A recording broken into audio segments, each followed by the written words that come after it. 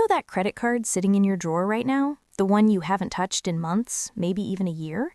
The one with the annual fee that just hit your account last week and made you think, why am I even paying for this anymore? You've probably had this exact thought loop running through your head. I don't use it, I'm paying money to keep it, the logical thing to do is cancel it and move on.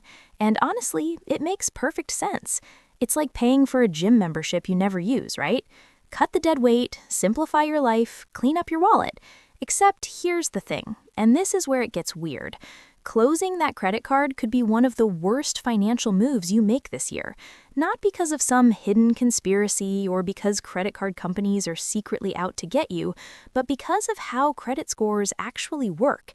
And I mean really work, not the vague stuff you hear people say at dinner parties. My name is Nick, and I spend way too much time thinking about money, credit systems, and why some people seem to effortlessly navigate personal finance, while others keep stepping on invisible landmines they didn't even know existed. And this whole credit card thing, this is one of those landmines. Because what seems like common sense, cancel the card you don't need, can quietly sabotage your credit score in ways that don't show up until months later when you're applying for a mortgage or trying to refinance your car loan, and suddenly you're staring at an interest rate that's way higher than you expected, and you're sitting there thinking, what did I do wrong? Well, you might have done exactly what you thought was responsible. You closed a credit card. So here's what I want to do. I want to walk you through exactly why this happens, what's actually going on behind the scenes with your credit score, and more importantly, what you can do about it. Because once you understand the mechanics, the whole thing stops feeling like some mystical black box and starts feeling like something you can actually control. And that shift, that little bit of clarity, can save you thousands of dollars over the course of your life. Not an exaggeration, we're talking real money. Let's start with the biggest reason closing a credit card hurts your score, something called your credit utilization ratio. And I know, that sounds like financial jargon, but stay with me because this is actually super simple once you break it down. Your credit utilization ratio is just the amount of credit you're using compared to the total amount of credit you have available. So let's say you have two credit cards. One has a $5,000 limit, the other has a $10,000 limit. That's $15,000 in total available credit. Now let's say you're carrying a $3,000 balance on one of those cards. Your utilization ratio is $3,000 divided by $15,000, which is 20%.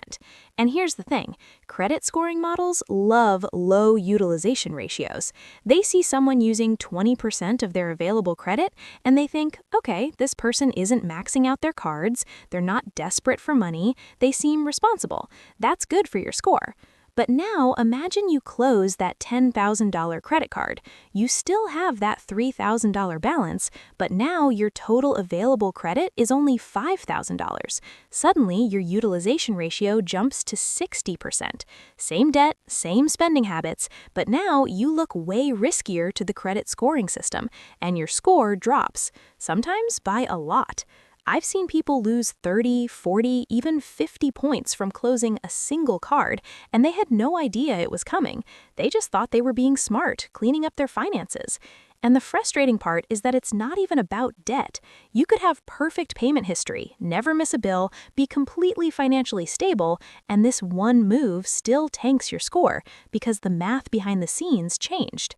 Okay, so that's utilization, but there's another factor, and this one is even sneakier: the age of your credit history. Credit scoring models care a lot about how long you've had credit. The longer your credit history, the better. It shows you've been managing credit successfully over time. And here's where it gets tricky. When you close a credit card, especially an old one, you're potentially shortening the average age of your accounts. Let me give you an example. Let's say you have 3 credit cards. One you opened 10 years ago, one you opened 5 years ago, and one you opened last year. The average age of those accounts is a little over 5 years. Now, let's say you close that 10-year-old card because you don't use it anymore. Suddenly, your oldest account is only 5 years old, and your average age drops significantly. And to the credit scoring system, you just went from looking like someone with a long, stable credit history to someone who's relatively new to credit. Your score takes a hit. And the thing is, this doesn't happen immediately. Sometimes it takes months for the impact to show up, which makes it even harder to connect the dots. You close the card in January, everything seems fine, and then in June you check your score and it's down 40 points, and you have no idea why. But the damage was done back when you clicked cancel account and thought you were doing the right thing. Okay, so I want to pause here for a second because I know what some of you are thinking. Nick, this sounds like the system is rigged. Why should I be punished for closing a card I don't need? And honestly, you're not wrong. The way credit scoring works can feel arbitrary and backwards sometimes. But here's the reality. Whether we like it or not, this is the system we're working within. And understanding how it works gives you power. You can make informed decisions instead of accidentally shooting yourself in the foot. So what do you actually do if you have a credit card you don't want anymore?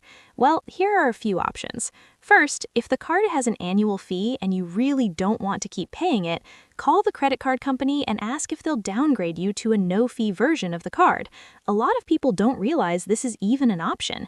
You can often keep the same account open, which preserves your credit limit and the age of the account, but switch to a card with no annual fee. It's literally a 5-minute phone call, and it can save your credit score. Second, if downgrading isn't an option, consider just keeping the card open and using it for one small recurring charge every few months. Maybe put your Netflix subscription on it or buy a coffee once a month. Then set up autopay so it gets paid off automatically. This keeps the account active, keeps your utilization ratio low, and costs you basically nothing in effort. Third, and this is important, if you absolutely have to close a card, close a newer one, not an old one. If you opened a card last year and you're not using it, that's a much safer card to close than one you've had for a decade. The impact on your average account age will be way smaller. But here's the deeper thing I want you to understand. Credit scores aren't just about right and wrong decisions. They're about understanding the invisible rules of a game you didn't know you were playing. And once you see the rules clearly, you can play strategically instead of stumbling around in the dark. Because here's the truth. Most people lose credit score points because they're not financially irresponsible. They lose points because they made a decision that seemed logical, but didn't align with how the scoring system actually works. They closed a card to simplify their life. They paid off a loan early to save on interest. They avoided opening new credit because they didn't want to take on debt. All reasonable moves, all potentially damaging to their credit score. And the frustrating part is that a lower credit score costs you real money. It means higher interest rates on mortgages, car loans, and yes, even other credit cards. It can mean getting denied for an apartment rental or paying higher insurance premiums. It's not just a number, it's a number that quietly shapes your financial life in ways most people never fully appreciate until it's too late. So here's what I want you to take away from this. If you have a credit card you're thinking about closing, pause, take a breath, ask yourself, is there a way to keep this account open without it costing me anything? Can I downgrade it? Can I just leave it in a drawer and charge something small to it once in a while? Because keeping that account open might be worth 30, 40, 50 points on your credit score, and those points could save you thousands of dollars the next time you finance something big. And if you've already closed a card and you're watching your score drop, don't panic. Credit scores recover. You can rebuild. But now you know. Now you understand the mechanics, and that knowledge means you won't make the same mistake twice. Because at the end of the day, personal finance isn't about being perfect. It's about being informed. It's about understanding the systems you're navigating so you can make decisions that actually serve you, not decisions that accidentally work against you. So keep that old credit card, let it sit in your drawer, charge a coffee to it every few months, and watch your credit score stay strong while everyone else is wondering why theirs dropped for no reason. You've got this.